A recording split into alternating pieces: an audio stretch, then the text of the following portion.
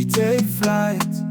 Chat with blessing on spirit's elevation. Feel the Afro beat, it's our liberation. Dancing to the drums, a heartbeat so strong. Guided by the rhythm, we can do no wrong. Blessing oh in the air, spread. With the increase in change in economic migration policies around the globe, people are often faced with the decision of where to live. And my good friend is conflicted, torn between three enticing decisions: whether to migrate to the UK through the UK Global Talent Visa, or to Canada through the Canadian Provincial Nominee program, and the possibility of obtaining permanent residency here in Australia. And she has turned to me for advice, yet I'm at a loss for a definitive response, hence this video. I am aware that countless individuals have faced similar dilemmas, having either made or needing to make crucial decisions. Personally, I had the chance to pursue Canadian permanent residence through the express entry system before ultimately choosing Australia. My decision was somewhat simpler as my husband was in the midst of his PhD program here, and I couldn't envision relocating to Canada with our children while he remained here in Australia. In fact, my family members are currently residing in the UK and Canada. Therefore, I will strive to provide an unbiased assessment, taking into account their experiences and circumstances alongside my own.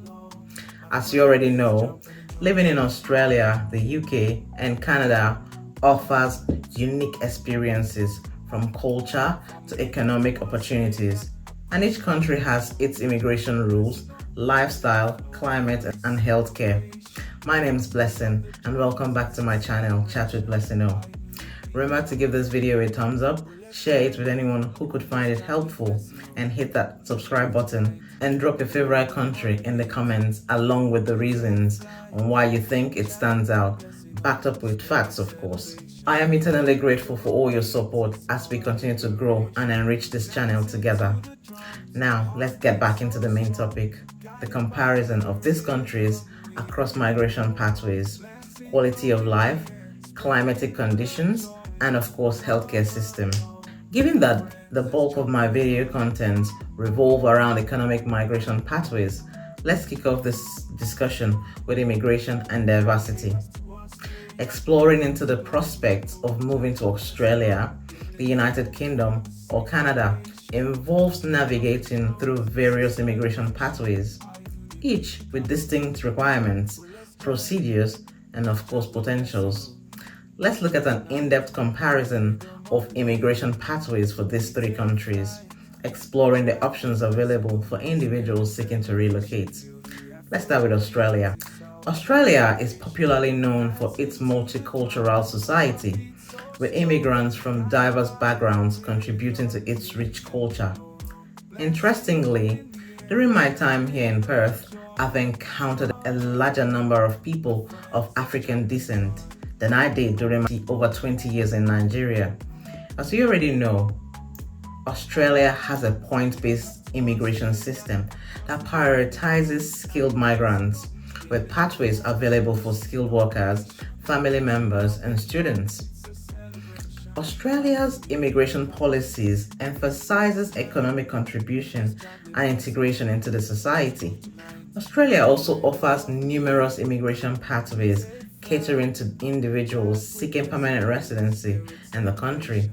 And these avenues encompasses a wide array of options, including skilled visas like the Skilled Independent Visa Subclass 189, the Skilled Nominated Visa Subclass 190, the Skilled Regional Provisional Visa Subclass 491, the Skilled Employer Sponsored Visa Subclass 494, Temporary Skills Shortage Visa Subclass 482, Skilled Worker Regional Provisional Visa Subclass 491, and of course the Global Talent Visa Subclass 858, which is soon to be rebranded as the National Innovation Visa by the end of this year.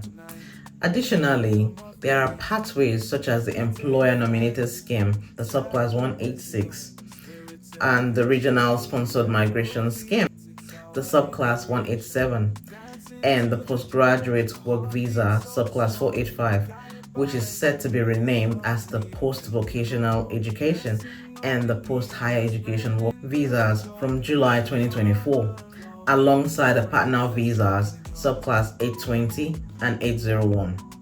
Other options also include the parent visa subclass 103, the protection visa subclass 866, the refugee visa subclass 200, and of course the student visa subclass 500, amongst others.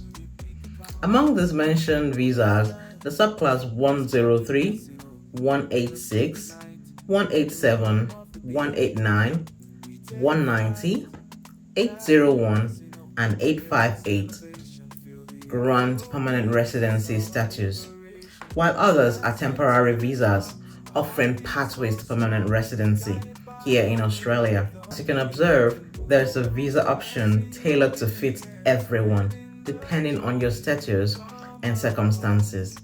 In essence, to qualify for citizenship by conferral, you would need to reside in Australia for a total of 4 years. And this duration can be fulfilled by spending 3 years on a temporary visa and 1 year on a permanent residency visa, or 4 consecutive years on permanent residency if granted directly from your home country.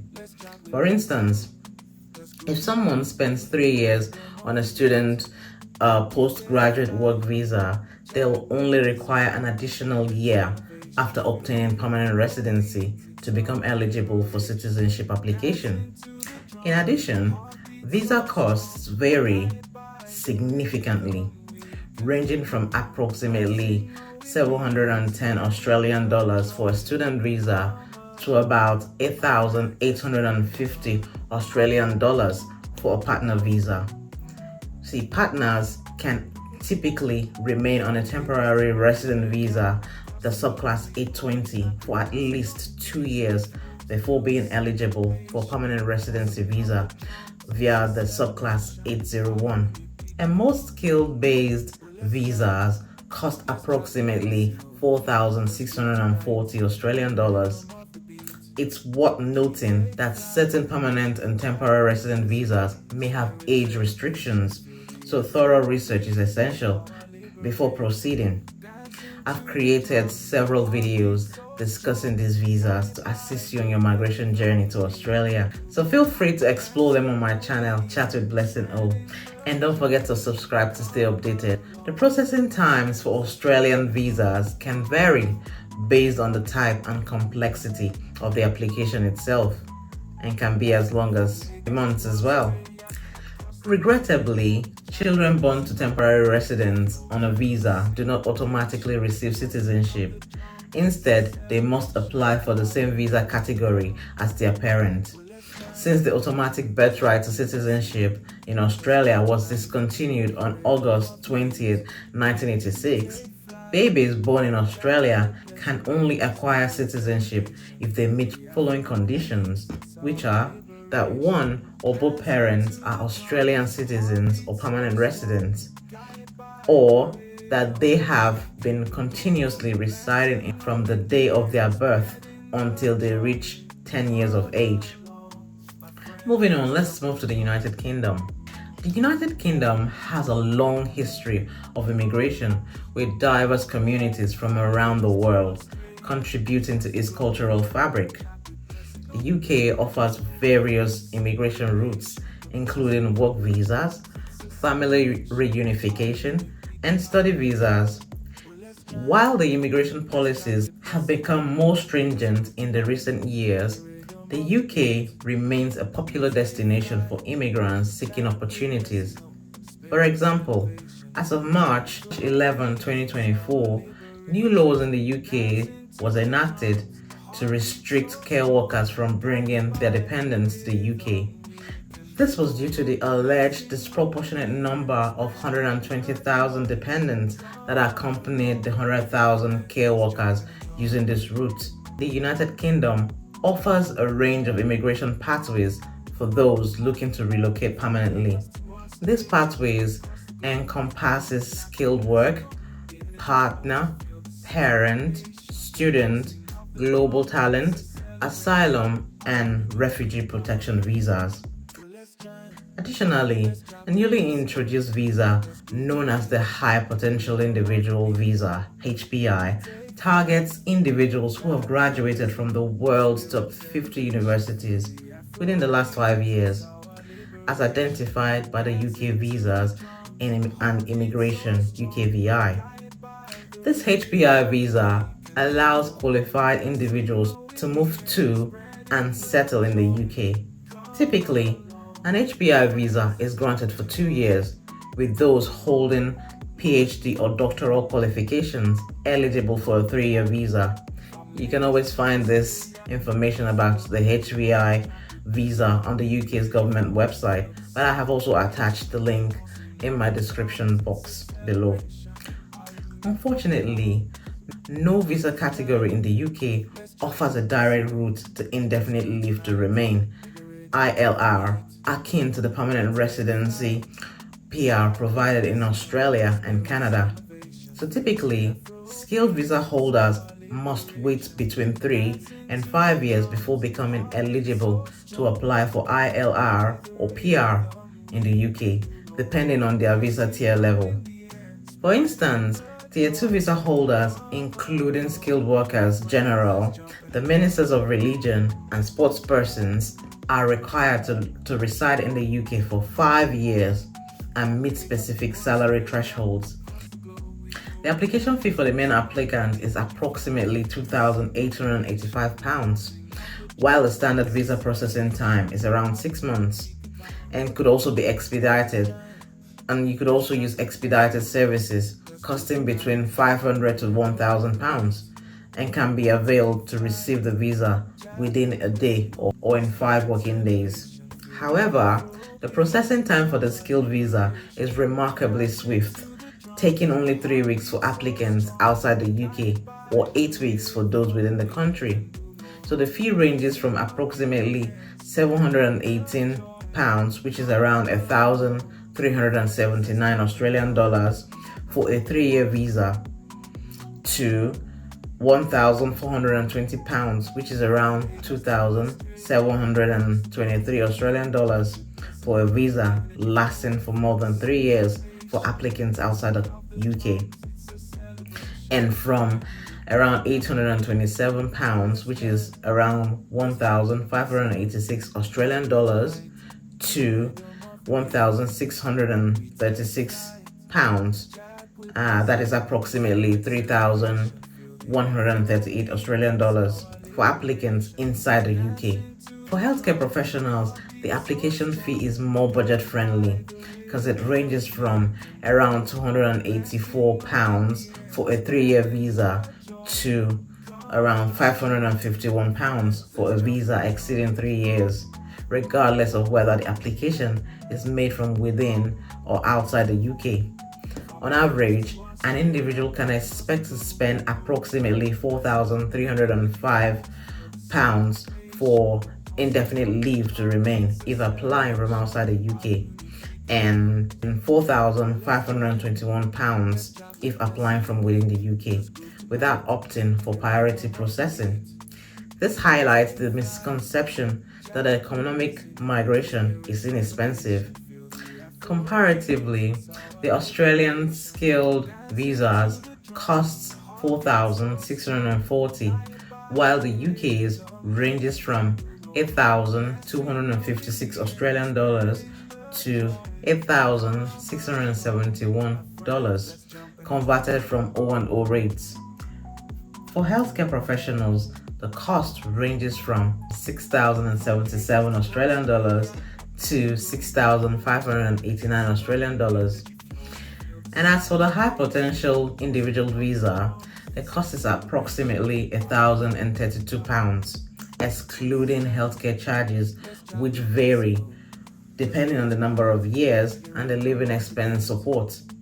For partner visas, the cost is £1,048 if the application is made from inside the UK, and £1,846 if made from outside the UK. The decision typically taking around 24 weeks, Moreover, individuals on partner visas have various routes to indefinite leave to remain, depending on their circumstances, which can span from 2 to 10 years. Regrettably, for a child of a non-British parent to receive British citizenship by birth, at least one parent must have settled status in the UK. Unsettled status can be either indefinite leave to remain or the EEA permanent residence. You must have evidence to show that either one or both parents are settled in the UK. For Canada is renowned for its welcoming immigration policies and multiculturalism. The country offers numerous pathways to immigration, including economic, family, refugee programs, attracting immigrants from around the world. Canada's immigration system prioritizes economic contribution, family reunification, and humanitarian assistance with a strong emphasis on diversity and inclusion. Canada boasts a wide array of immigration pathways catering to individuals seeking permanent residency in the country.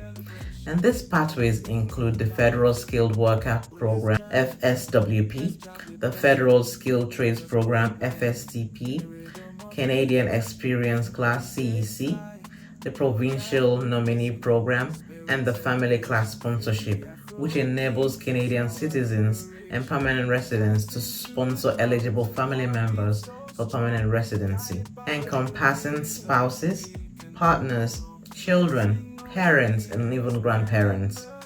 Additionally, there's the Startup Visa Program designed for entrepreneurs with a business idea supported by a designated organization and meeting specific eligibility criteria.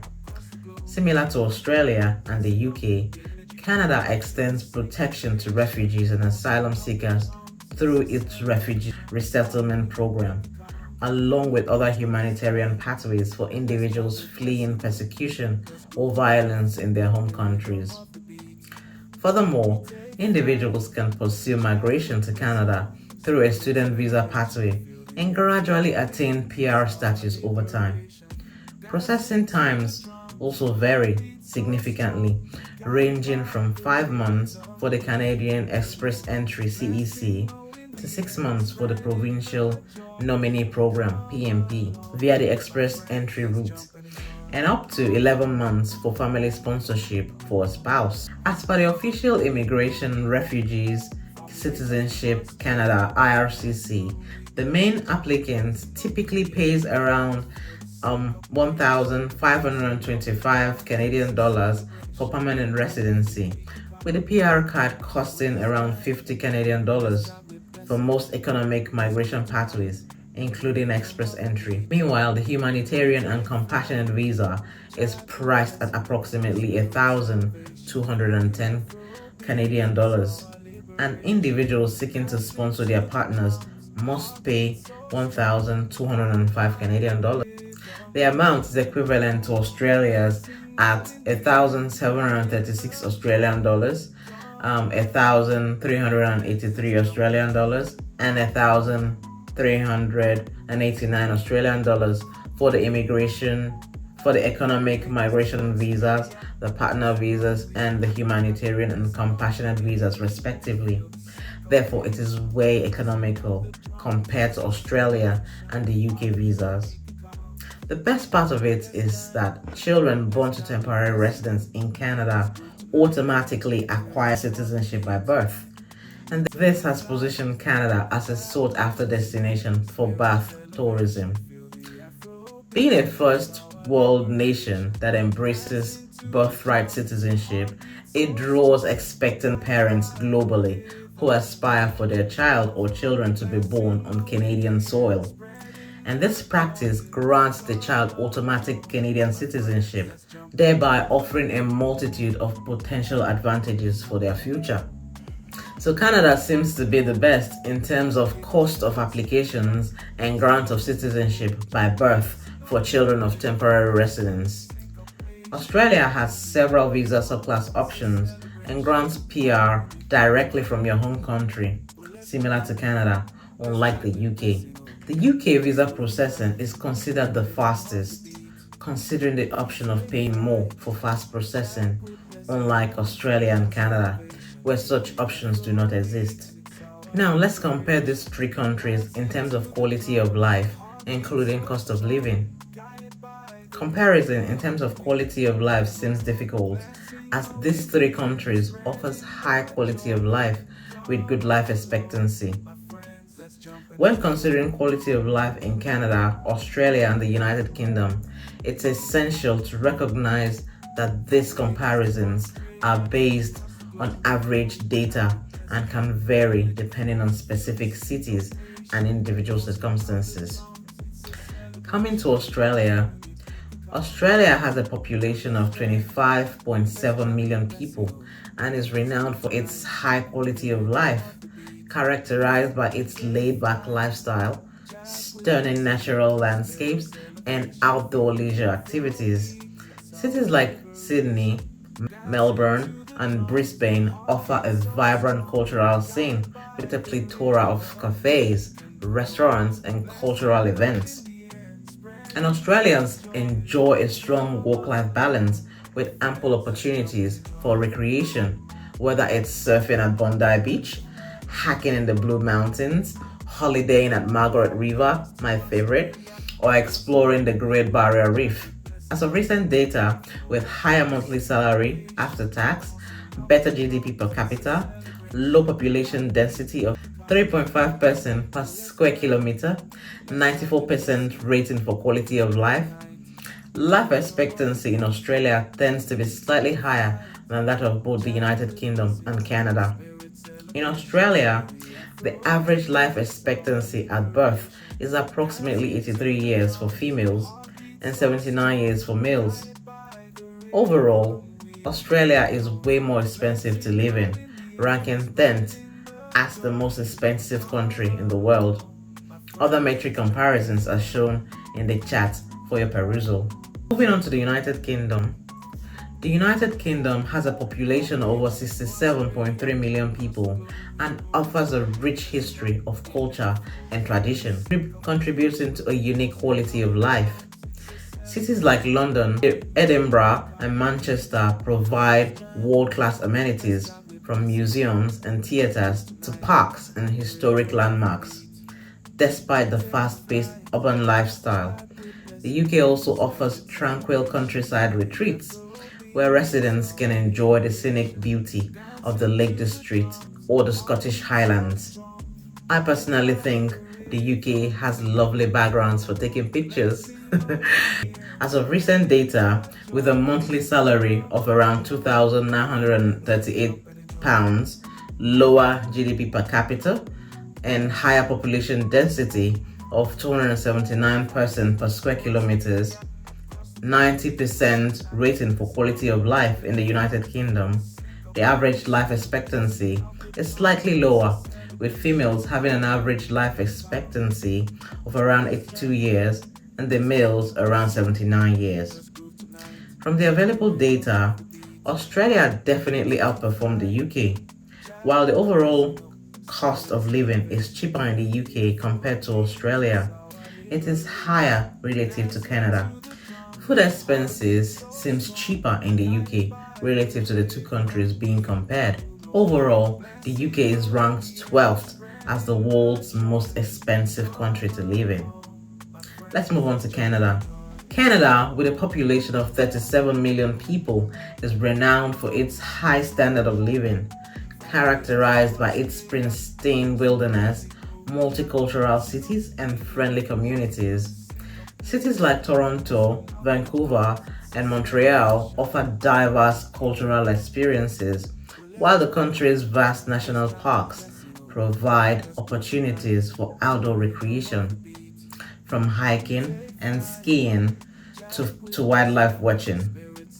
Canadians enjoy a sense of safety and security with low crime rates and a strong social support system.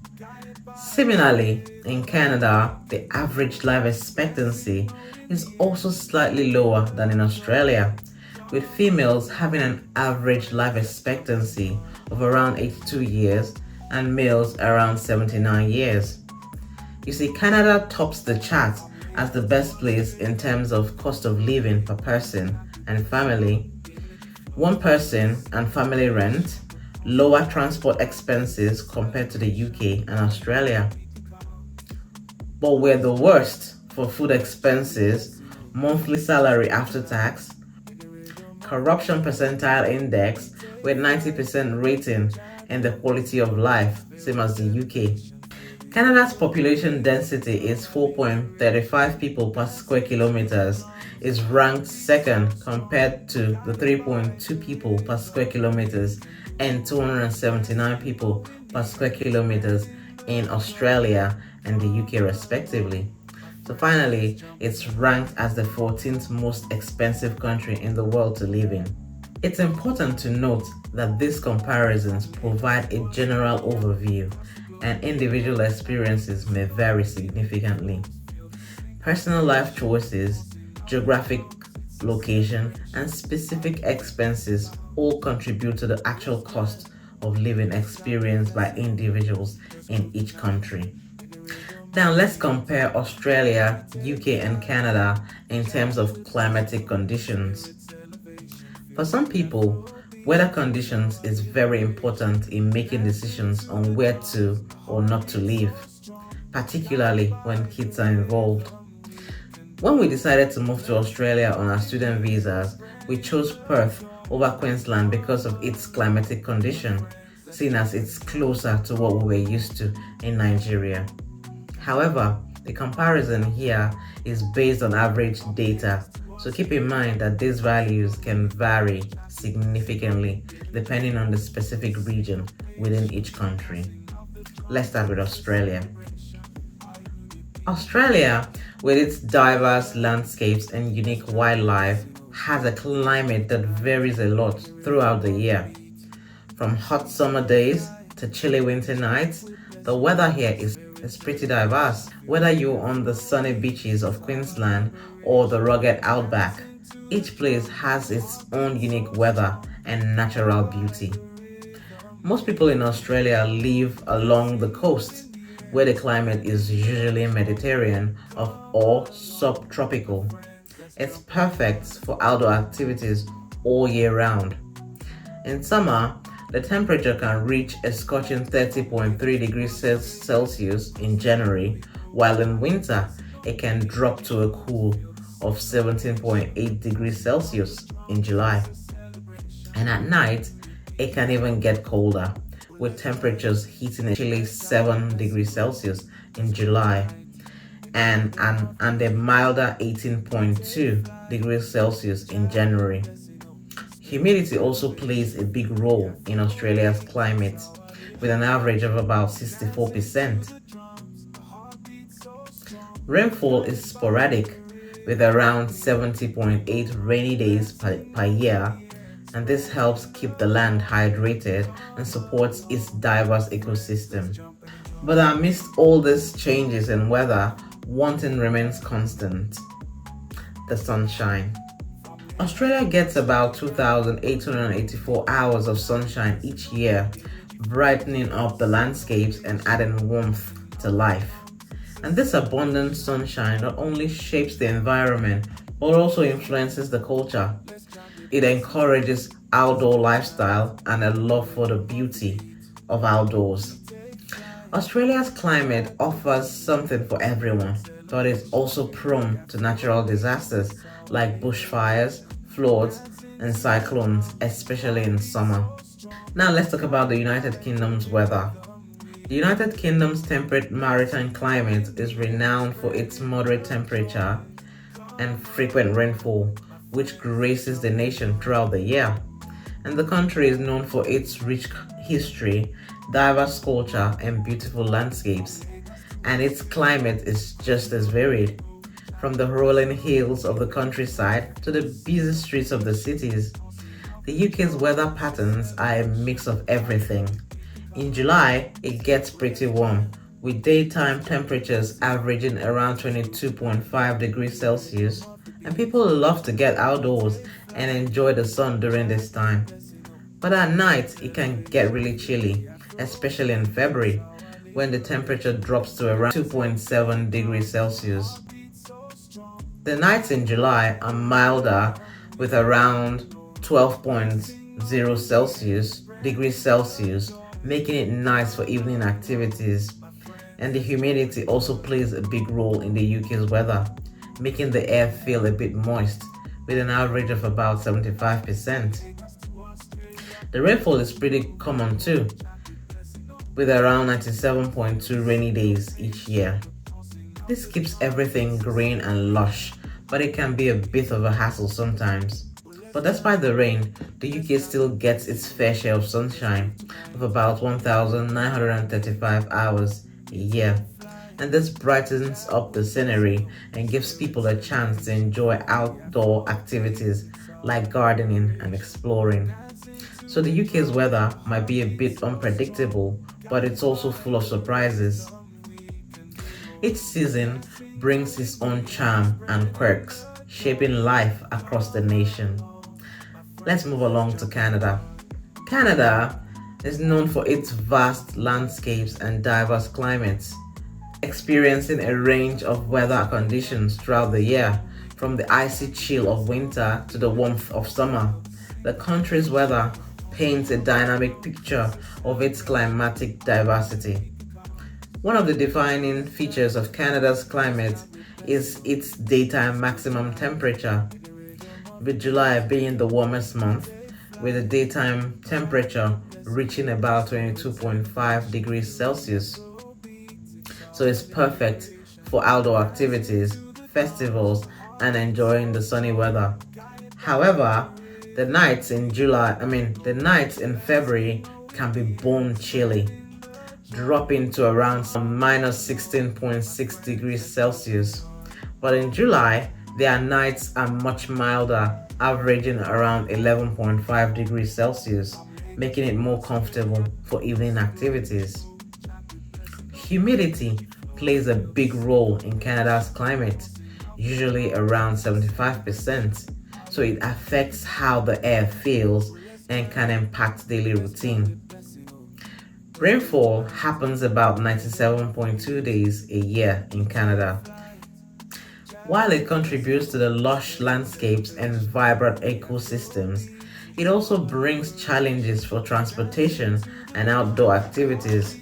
But don't worry, Canada also gets about 1,935 hours of sunshine each year, and it brightens up the landscapes and adds warmth to life, providing plenty of opportunities for outdoor fun and exploration. Based on the average data across the entire countries, we can conclude that Australia seems to be better off with less rainy days, better sunshine hours, and lower relative humidity and good temperature profile throughout the year. Now let's get to the last point of comparison, which is in terms of healthcare. As usual, we'll start with Australia. Australia's commitment to healthcare shines through Medicare, its universal system. And Medicare ensures everyone, including citizens and permanent residents, can access essential medical services at lower costs. Under this comprehensive scheme, individuals enjoy a breadth of healthcare services ranging from routine doctor visits to critical hospital care and essential prescription medications, with the government shouldering a portion of the financial burden. Despite these strides, Australia finds itself outside the top 10 in global health rankings for 2023, trailing behind certain European and Asian nations such as Singapore, Japan, South Korea, Taiwan, China, Norway, Iceland, and Sweden. However, in the healthcare system, performance ranking among the top 11 high-income countries, Australia secures a commendable third place, surpassed only by Norway and the Netherlands. Similarly, Australia ranks 8th in access to healthcare among these high-income nations, outpaced by the UK at 4th position and slightly ahead of Canada at 9th. Regarding healthcare process and outcome rankings, Australia holds the 6th and 1st positions respectively. Medicare shows Australia's care for its people by sharing the costs of healthcare. The country ensures fairness and support for everyone's well-being. It's a symbol of Australia's values of fairness, kindness, and community. Moving on to the United Kingdom. The United Kingdom's National Health Service (NHS) is the backbone of its society, reflecting the nation's commitment to the well-being of its people. It's founded on fairness and accessibility. The NHS offers free healthcare to everyone, regardless of their financial status or medical history. This publicly funded system provides a wide range of medical services, from regular checkups to complex surgeries, ensuring that everyone can get the treatment they need without worrying about money. Whether visiting a local doctor or receiving care in a top-tier hospital, patients can rely on skilled and compassionate healthcare professionals supported by a strong network. Funded by taxes, the NHS represents a shared responsibility to protect the health of the entire population. While the UK ranks 34th globally in healthcare system performance, it was outranked by Australia at 21st and Canada at 32nd. In terms of access to healthcare among high-income countries, the UK's NHS is ranked 4th, well ahead of Australia's Medicare at 8th and Canada's at 9th. And in terms of healthcare process and outcomes, UK ranks 5th and 9th respectively. By prioritizing prevention and early treatment, the NHS promotes individual well-being and strengthens community resilience, fostering unity in the face of healthcare obstacles. Ultimately, the NHS represents a fundamental aspect of the United Kingdom's social contract, embodying values of compassion, equality, and collective assistance. And finally, let's talk about Canada. Canada takes pride in its tradition of universal healthcare, embodied by its publicly funded system, the Medicare. This system guarantees access to vital medical services to citizens and permanent residents, echoing the principles upheld by Australia and the United Kingdom. Covering a wide array of services from routine checkups to hospital treatments and prescriptions, Medicare is financed through taxation, ensuring comprehensive health care, regardless of socioeconomic status or location.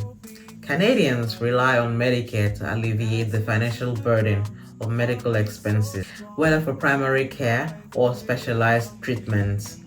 Despite this, Canada falls outside the top 30 in global health rankings for 2023, placing them 32nd below Australia and just above the UK. It ranks 10th among high-income countries for healthcare system performance, behind Australia and the UK. Similarly, in access to healthcare ranking among these countries, Canada ranks 9th, trailing the UK at 4th and Australia at 8th. Canada ranks 4th and 10th for healthcare process and outcomes, respectively. Medicare approach not only enhances individual well-being, but also promotes unity and inclusivity within Canadian society, reflecting the nation's identity as compassionate and fair. In essence, Canada's Medicare system embodies its values of fairness, compassion, and community support, ensuring that healthcare remains a fundamental right for all residents. In conclusion, living in Australia, the United Kingdom, or Canada offers a variety of experiences, with each country having its own unique culture, lifestyle, and opportunities. So whether you prefer Australia's relaxed vibe and the UK's rich history, or Canada's beautiful wilderness, there's something for everyone to enjoy. If you're considering moving to one of these countries, you'll need to explore different immigration options based on your qualifications, circumstances, and goals. Whether you qualify for skilled migration, have family to sponsor you, or are seeking refuge through humanitarian programs, each country has pathways for starting a new chapter in life and contributing to the community. So ultimately, the best choice depends on your personal preferences and goals. I'm biased towards Australia because I love it here, but everyone has their own preferences. So share your thoughts in the comments and don't forget to subscribe to Chat with Blessing O for more updates. Thank you for watching. We take flight, chat with blessing, oh, spirit's elevation, feel the